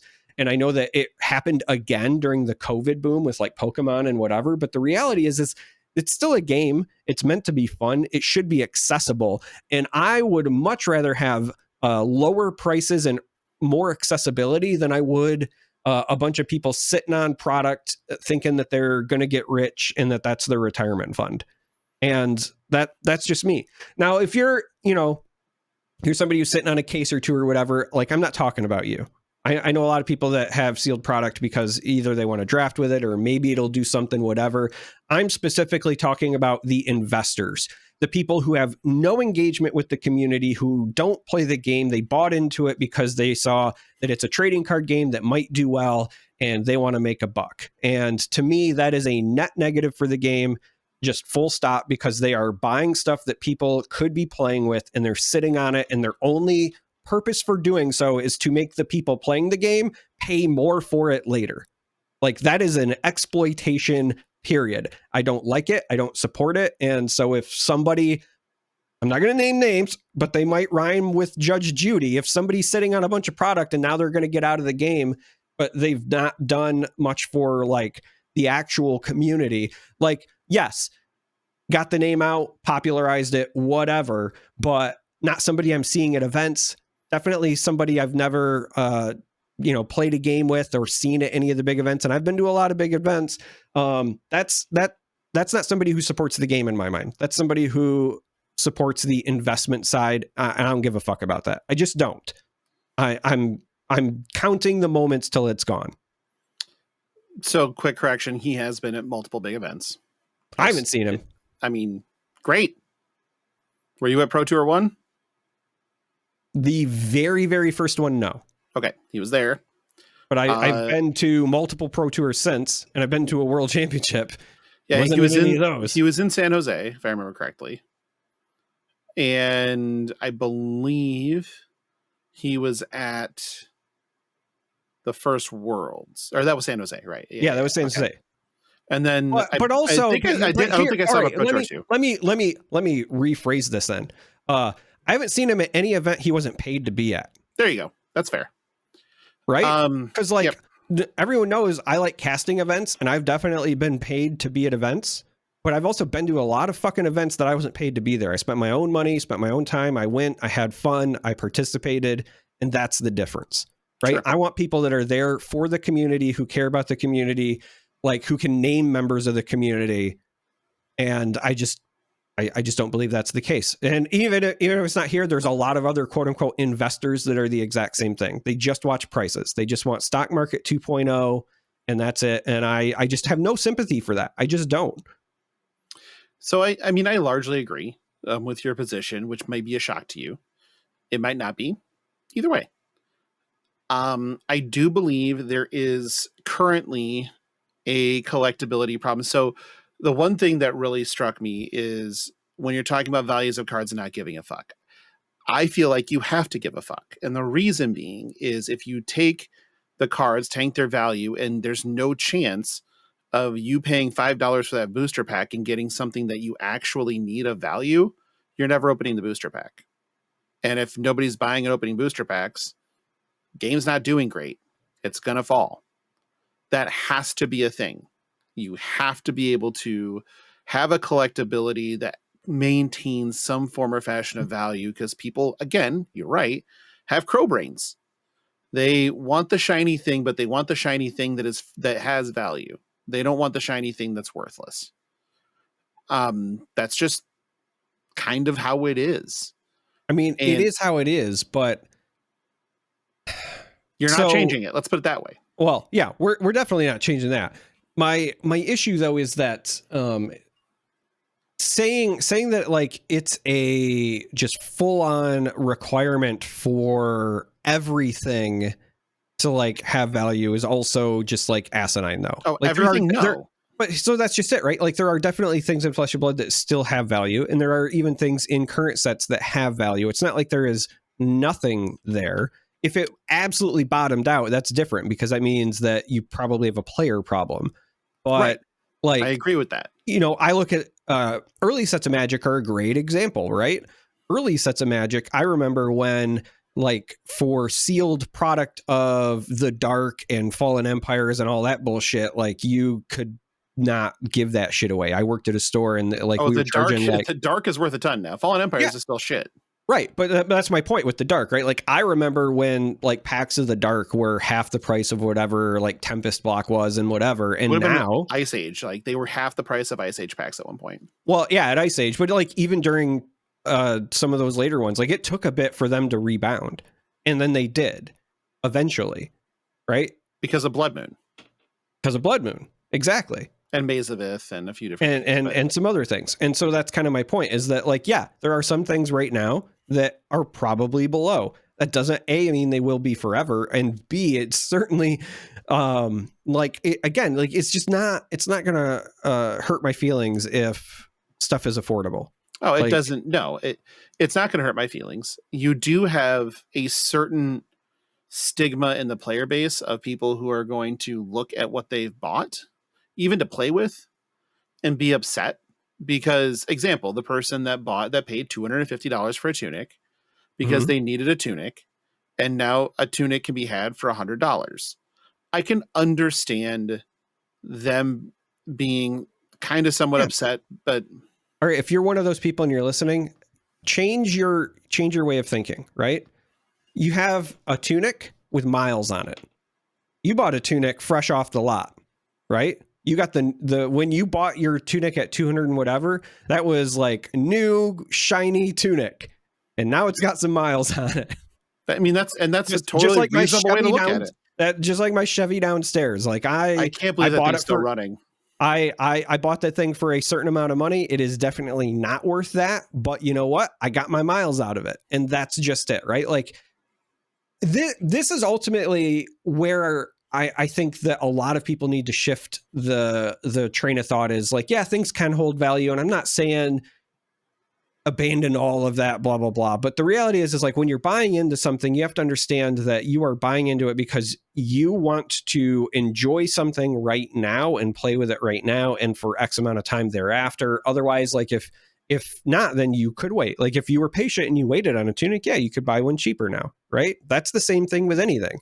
If you want a brand new car, then you pay brand new prices. And if you want that same car, but you want to wait a couple years, you will get it for cheaper because something new might come along. Like Arcanite Skullcap is a great example. It used to be really expensive. Best in slot. Now, not so much. Why? Because there's a newer, flashier model, just like with any other consumer product. And that's what this is. It's a trading card game, but it's also a consumer product. And you really, when you buy something, you should be saying to yourself, will I enjoy this? That's why I mentioned my assassin stuff with collectability. I know that the likelihood of me getting the money out of what I've spent on a lot of those things is pretty slim, but I enjoy it. And that's what matters to me. And that's great. And that's what people should do is buy the things that you will enjoy. Yeah. And I want to be very crystal clear. I don't think LSS is above reproach. I don't. They make mistakes. No, not at all. They make mistakes. They need to have their feet held to the flame on occasion. Sometimes it's something that they just lost sight of or didn't know was important to the player base. So right now, what's the last set that went out of print? The last one that went out of print? Last English printing that went out of print. It's Crew, right? It's Everfest. That we know. So I don't. I mean, yeah, you're right. But I guess I kind of don't count that because theoretically there's unlimited product. It's removed from the site. Like, yeah, but that's why I said theoretically. But yeah, so Everfest, sure. Yeah, it's Everfest, and there were 229,000 booster boxes of Everfest printed. Since then, there have been 7 sets and no other out of printings. Like we don't know print runs of any other set. And for a lot of people that has some amount of disconcernment, right? Like Uprising is technically, according to the website, still in print. That was first printed in June that was released on June 24th of 2022. That was 18 months ago. that set was released, you would think we would have seen that marked as out of print and we would have the size of the print run by now. But the fact that we don't scares people. And I get that. I understand, because the longer something stays in print, the more that is potentially in the ecosystem because it's printing to demand. And printing to demand has a lot of air quotes around it, because in case you didn't know, TCG distribution is a fucking racket. Yeah. Run by terrible people. And not everybody. Not everybody. Like, obviously, there are good people everywhere. Just ask the police. And the issue with that is that distributors have a history of sitting on product to drive up demand. That was the whole Monarch problem with Channel Fireball at the time, allegedly. I'm not going to get sued here. Was sitting on boxes of cases upon cases of Monarch First, to then slowly trickle them into the ecosystem to increase demand artificially. It's a thing that people are pretty aware of. Other distributors that I know, I'm not going to name names because I spill tea off the or off wax. So come to FAP After Dark. I'll spill all the tea you want.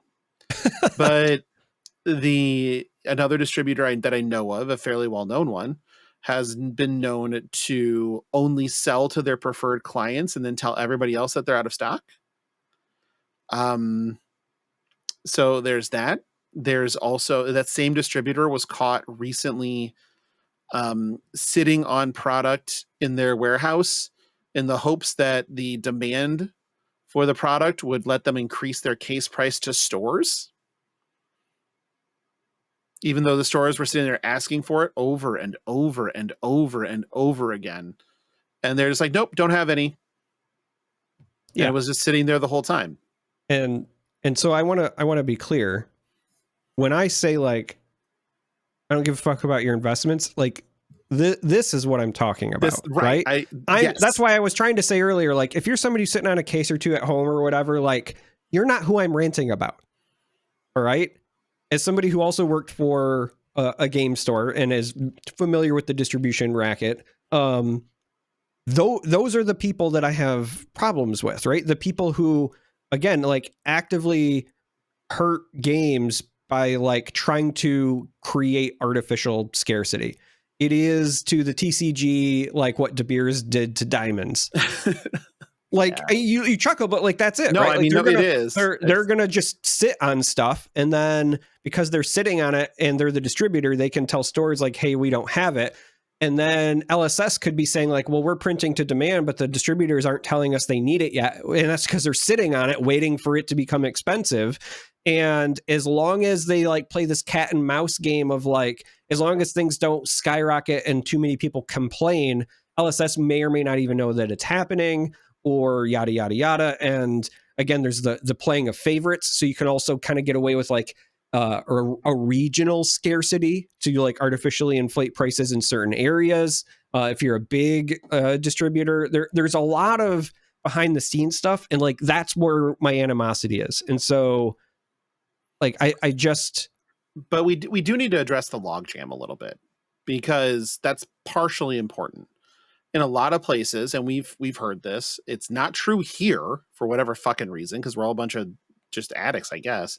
But there's a lot of places where Flesh and Blood has not been selling locally in stores because people were just not interested in, players of Flesh and Blood were not interested in the product. A lot of people have pointed to Dusk Till Dawn. A lot of people have pointed to, what's the one that just came out? Twilights. Well, and so, like, yeah.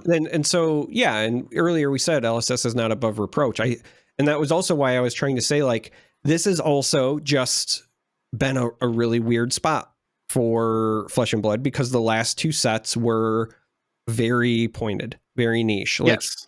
There are some stuff for, a bunch of different classes in the expansion slots or whatever, but the reality is, like, Dusk Till Dawn was meant for, a very small number of heroes, despite, you know, being an expansion set, more so than the other ones in the past, right? Everfest, Crucible, then you look at Dusk Till Dawn, and it's very pointed. Mhm. And then Bright Lights was the narrowest main set we've ever had in the history of the game. And so when you have those back to back, you're just gonna potentially have an outlier, and that's what happened. I guess for me, and this is also, I guess, why I have the frustrations I do with the investors who are, again, what I'm just going to say it, whether it's, you know, I don't know it's true, but all signs point to they have no idea what's going on in the community, because anybody who's active in the community can look at those two sets and go, yeah, I get it. But if you're just somebody who watches the values and the numbers and you don't like actively play the game or engage or whatever, you're going to be like, hey man, things are down. Like, I used to make money on this and now I don't, and I don't know what's going on. But if you're a player, you're just like, okay, well, I'll wait a year and weather the storm.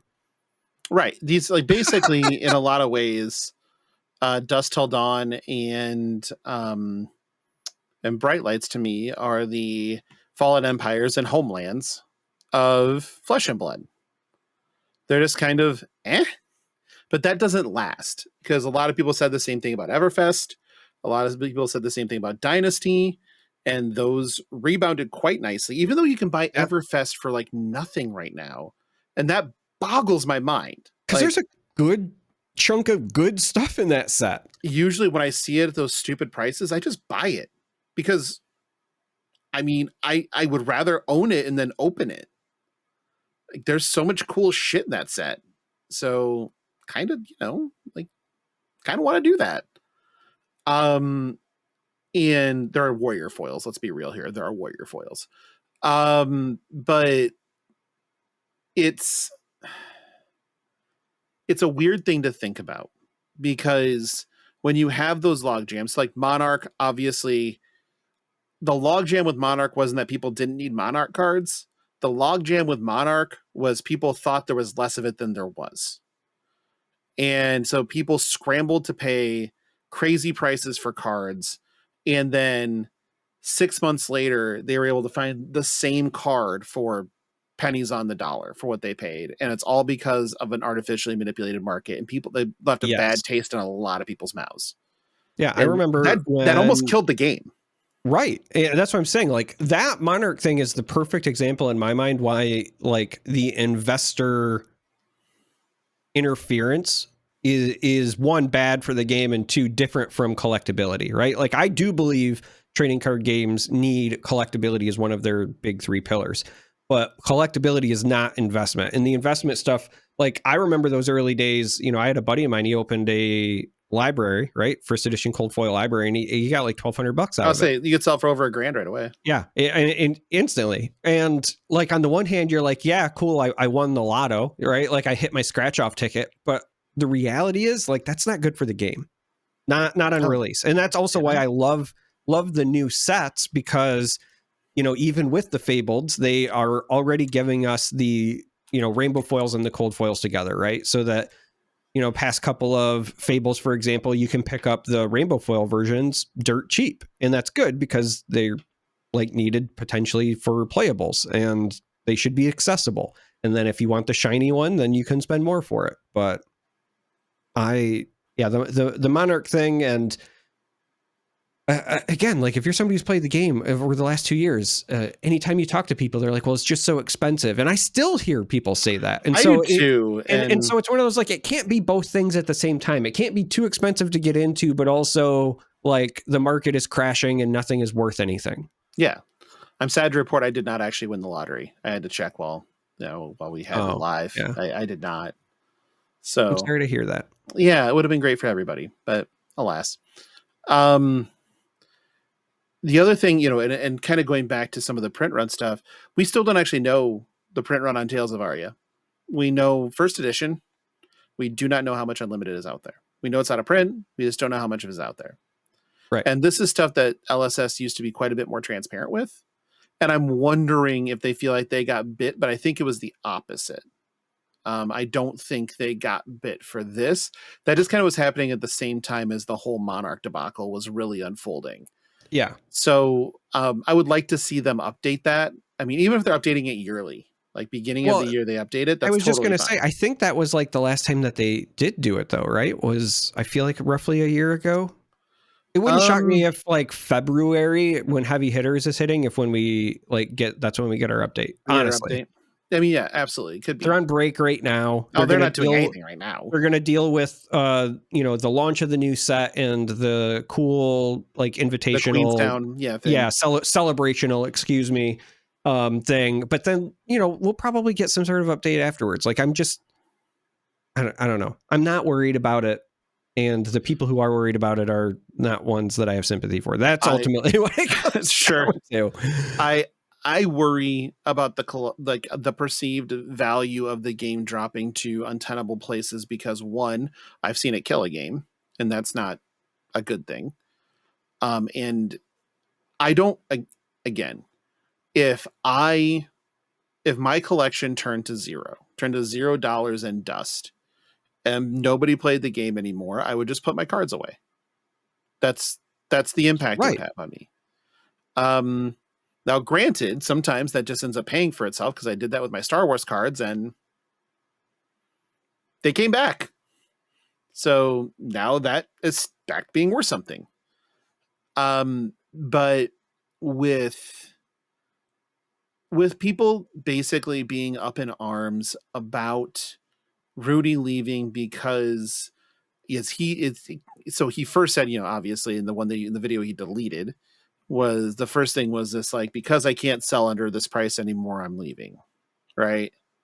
And okay, I mean, take your ball and go home. That's totally fine. It's a financial decision that you get to make for yourself. Great. I have no qualms with that. Please do. I mean, if that's not something you're interested in that LSS is requiring you to do, okay, it's your money. Go. I don't need a video about it. Some people might. It might impact some people's lives and how they think of things, and that's totally reasonable too. I'm not here to tell anybody how to live their life. But the other side of that is people are going to start assigning an impact to it that isn't necessarily there. And that's where a lot of my concern will be is when people are just like, oh, yep, Rudy left, game's going to die. And it's like, how is that a correlation? I mean, if a game stayed alive and thriving because of Rudy's involvement, explain MetaZoo. I mean, come on. Yeah.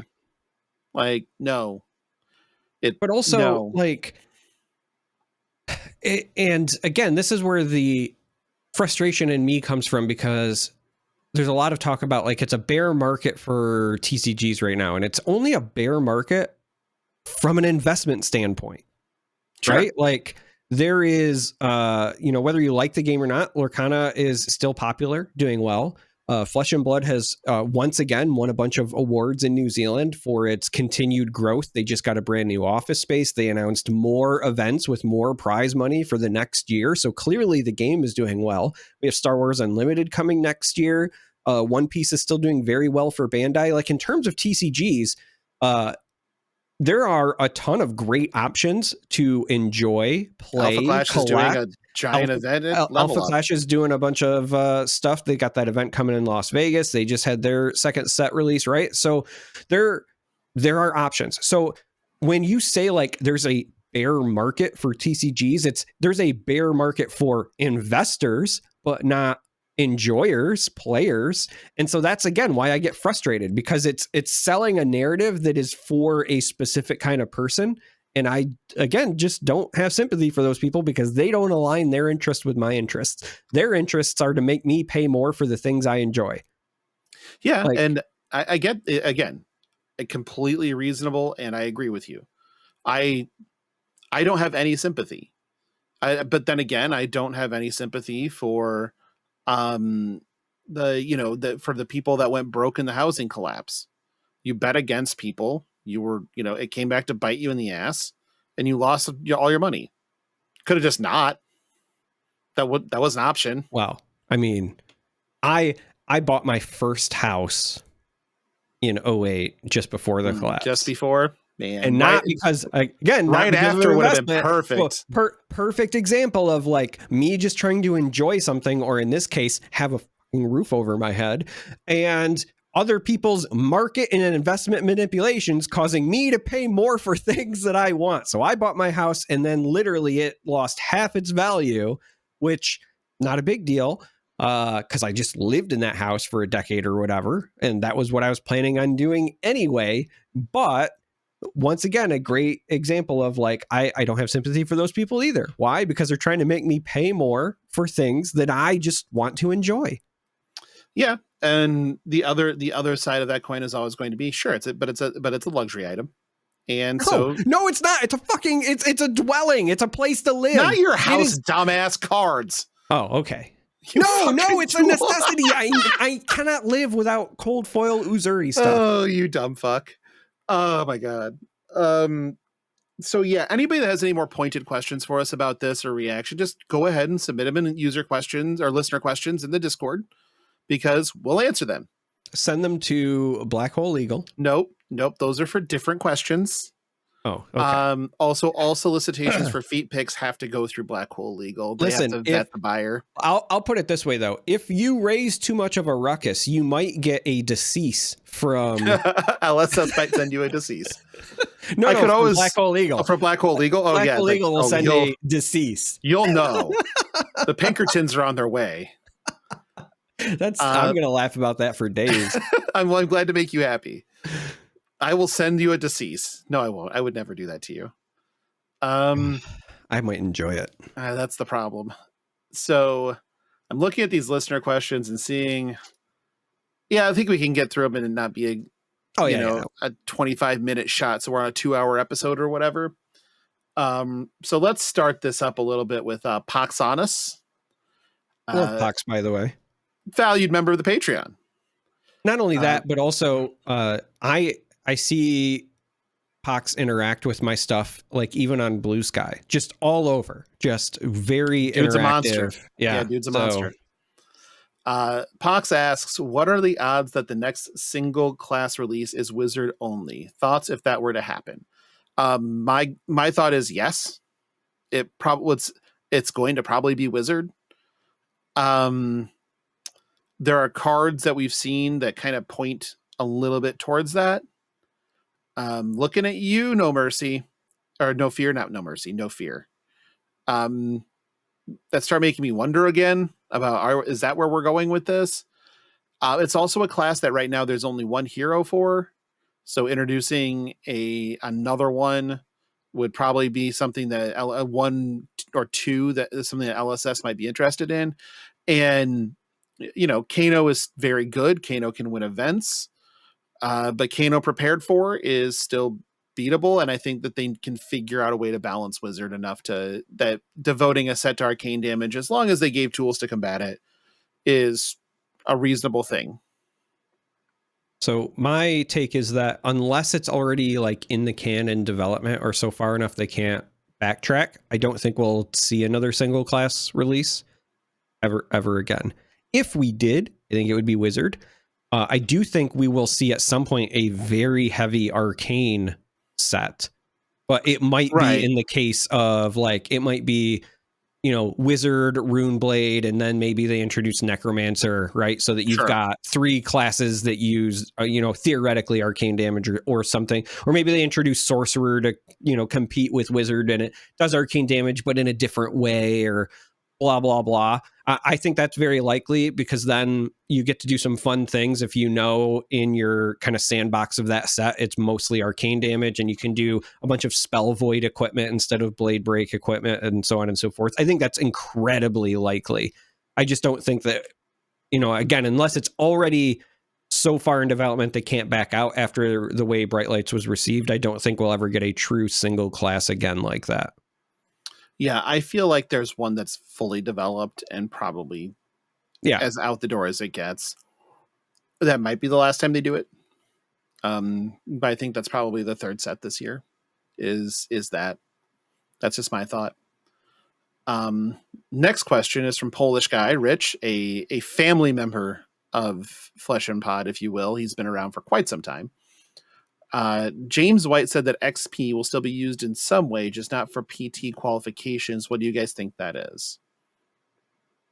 I think it could be a number of things. We're currently seeing the celebrational, and I noticed in particular one of the like marketing pieces when it was talking about Brody said something about his like America's XP, like because he's a road warrior and a grinder, but it mentioned XP specifically. So if they start doing more of these either celebrationals or invitational type things, then maybe XP is used for that. It could also just be like a really nice like maybe they just send out a promo to people at the end of the year, like top X number of people get like a special thank you for playing the game a bunch. There's a lot of different ways they could go with it. I think not doing it specifically for Pro Tour is fine, but they've got a lot of ammo. They also could do things like, and I'm not saying I advocate for this, but I'm just saying like theoretically you could be like, hey, if you're in the top 100 for XP at Nats, then you might get a first round buy or whatever. So like there's crazy things you could do with it. I don't know. I suspect it will just be more for like I said, either some sort of like celebrational invitational type stuff, or you qualify for like a special end of year promo. I think those two are the most likely, but there's a lot you still could do with it. Yeah. So I think that Flesh and Blood does eventually go to a team world competition. It's just taking, because I remember James White played on Team New Zealand, if I'm correct. So he knows, what that was all about. So the way that it worked in Magic was there was the World Magic Cup, which was a team event. There were 4 members on the team. So each round you'd take 3 members that were going to play, and one basically could bounce between the matches and kind of coach. And then the way that you got there was usually the highest at that point in time planeswalker points for your region, and then the other 3 members would be winners of cup qualifiers. And I could see XP going towards like the cup qualifiers, where higher XP means that you do get a buy or whatever. And then also, I believe that they're still going to they keep using 90-day XP for Nats. I mean, I don't see anything where that probably goes away, because it's regional, and you don't like. I think that they don't see Nats the same way as they see a Pro Tour at all, and no. It's closer to a limited calling, like by not limited by the format, I mean a limited participation calling is closer to how they see it, especially for the US. And I think that that's totally fine. I have no problem with that. As for the sort of XP rewards thing, there was a thing in Magic called player rewards, where they tracked your tournaments, and after X amount of tournaments, you got this promo. After Y, you got this promo. After Z, you got one more of each promo plus a different one, right? A top end one. And eventually they had to stop it. And I want to say that it was because of something legal, but I don't recall what it was, because I mean we're talking 15 years ago. But I think that's a kind of a challenge for LSS being located in New Zealand, though. To be fair, if they were able to do it from like a more central location, I feel like that might work out really well, because that's one. Honestly, if you talk to Magic players that have been around the block, like that have been around since the early 2000s, and you bring up player awards, everyone's like, "Man, I fucking wish they still had that. I'd play so much more." Like, it's exactly that. But yeah, I could see them doing something similar. I don't see that like there's any reason why you wouldn't. Anything else on that one? No, that covers it for me. All right. Last one is from El Dorte. I like that name. That's a strong name. Yeah. The Dorte or just Dorte. But either way, it's Dorte. Sorry, anytime I see L anything, I think about that absolutely silly Chris Farley Saturday Night Live bit. That's why I said the Dorte. So there's a bit where he's a weatherman, and he's like just standard Chris Farley, like, doing his thing. But he's like talking about the El Nino that was coming that year. And he's like, I am El Nino. All other tropical storms must bow before El Nino. And then at one point he goes, El Nino is Spanish for the Nino. The Nino. I remember that, so actually.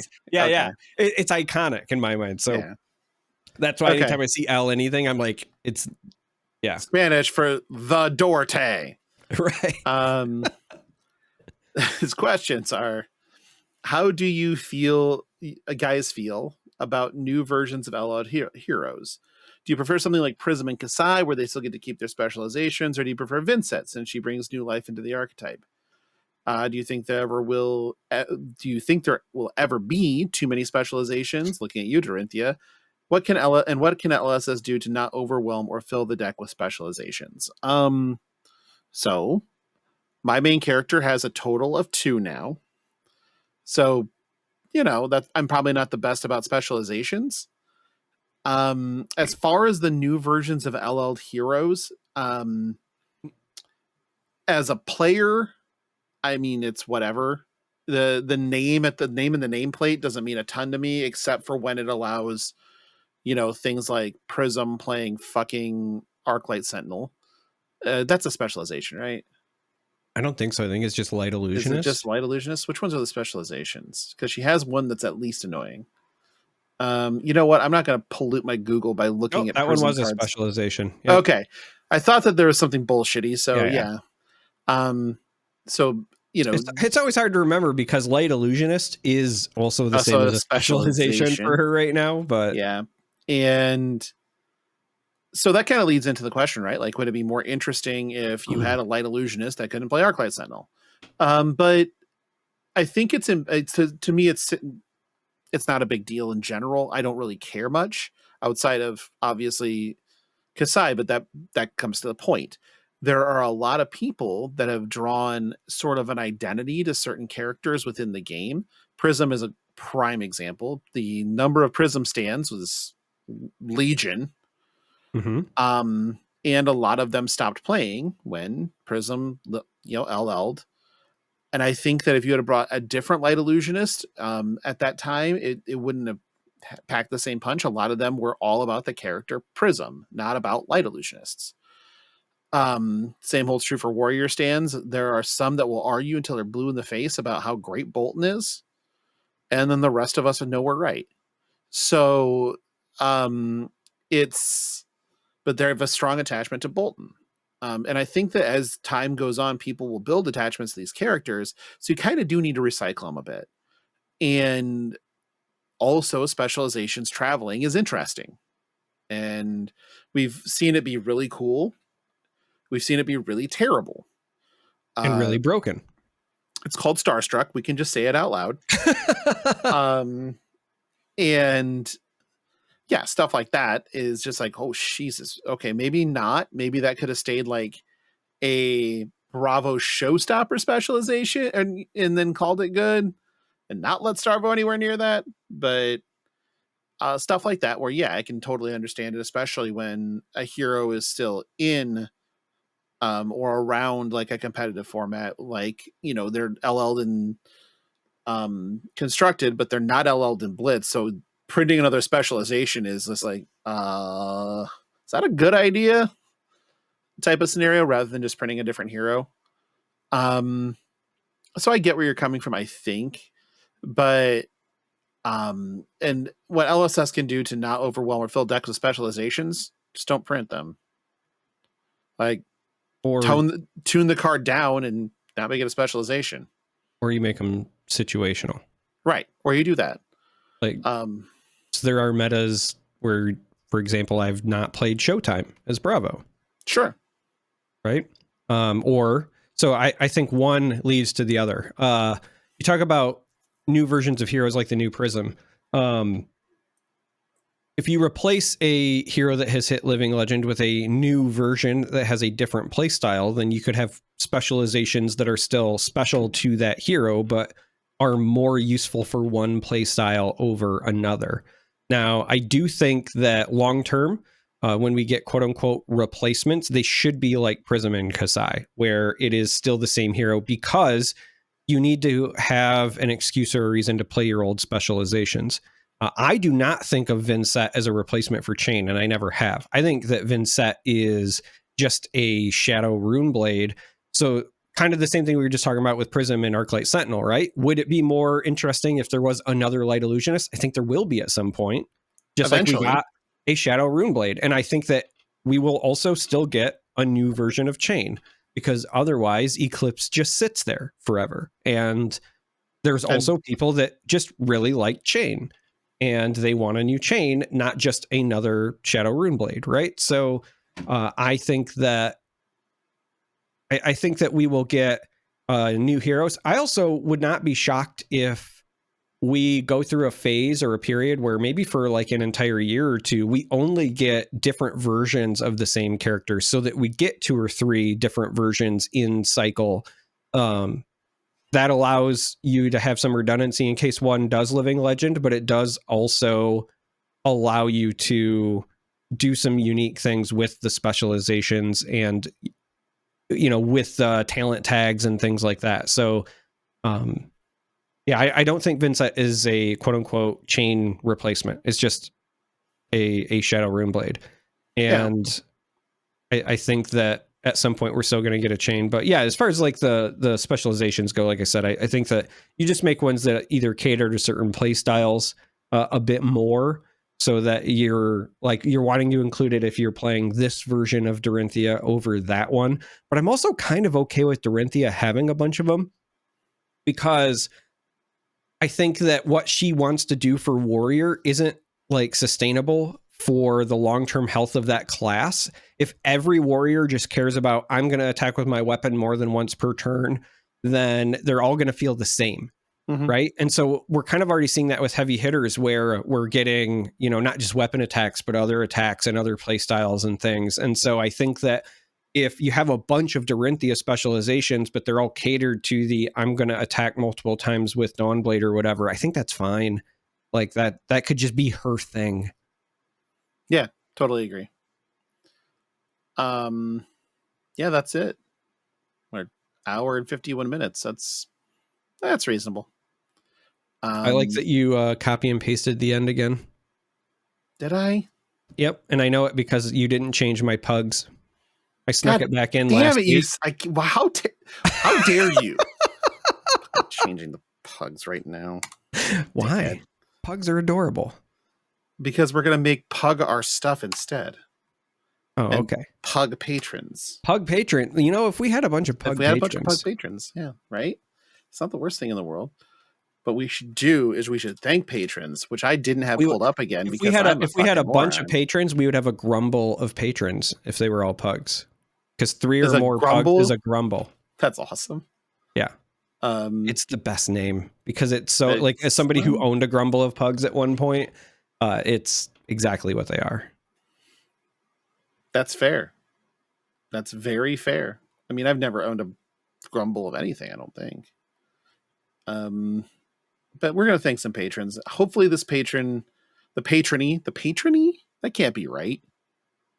That sounds like something I need to rebel against. Right. Like, yeah, to rally against. Let's not be the patrony. God, God. Tastes wrong.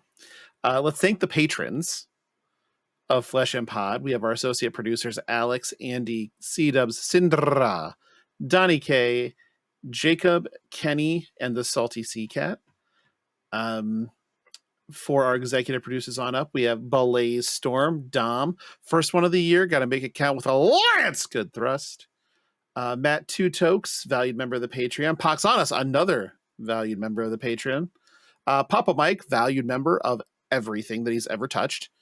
Philip, Rich, we've been over Rich. Taylor and Trevor. Yeah, Philip and Taylor are kind of the MVPs here. They think they've been around the longest that are still around. So you two are just basically family at this point. Yeah, the problem is they're going to abandon this week because they're probably investors and just investors offended. know collectors that would like to see their collection rise in value. Sure. Listen, we all want our stuff to rise in value, but they're not want to play the game. Well, yeah, both of them play the game. Okay, well, they get a pass. Okay, well, passes have been issued. If you are interested in becoming a patron of Flesh and Pod and hopefully not getting fucking judged by Charmer when he doesn't even know who you are, actually, he's met Taylor, so okay. You can go to patreon.com/flesh and pod. The link is in the show notes. I just clicked all of them. I think there's 6 tiers to choose from. Any of the paid tiers gets you access to Fap After Dark, which is a monthly. We've been pretty consistent actually with the monthly live show that we do for people to just kind of come vibe with us and ask anything they want. Conversation sometimes goes real south, sometimes it stays on the rails. It just depends. If you need to reach the show for whatever reason, you can find us on Twitter at FleshPod. You can send us an email at fleshandpod@gmail.com. The easiest way to ever get a hold of us, full stop, we will see it every time, is to join our Discord. The link is in the show notes. If you don't know what show notes are, you go to the show page, you scroll down, and there are links. I actually didn't know that until like 3 years ago. So I always just thought the show notes were something they sent to people. I don't know. But any rate, that's where you find the show notes. Then you click on the Discord link, which is an invite link that brings you into Discord. So from there, you can then submit listener questions, tell us we suck, or if you're a paid member if you're a paid tier to the Patreon, come to Fap After Dark and tell us we suck. However you need to do this, it's all good. Yeah, where can they find you, Derek? On a boat. On a boat. But also, if anything I said during the show offended you, the best way to get in touch with me is at the Tan and Grace on Twitter. It sure is. That link will be in the show notes. But if you need to get a hold of me, it's at Logan Peterson literally everywhere. Except for like, I think I'm one of those apps. I'm like at Logan Peterson 80 or some shit. I don't remember. Doesn't actually matter. I'm very tired. It's been 2 hours. It's been a rough one at times. But no, we appreciate all of you. And Happy New Year to those who celebrate, which that could be a loaded question. But at any rate, we're happy you're still around, and we will look forward to talking to you maybe next week. I am not fucking committing to trying to record a goddamn podcast on a boat. We'll see. God damn it. Look, it might not be the same quality. I cannot promise quality, but I have a feeling I'll be recording something one way or the other. One way or the other. So I guess be on the lookout for that and tell them to talk to you again. Be safe. Be happy if you like to be. And we'll see you soon. Bye.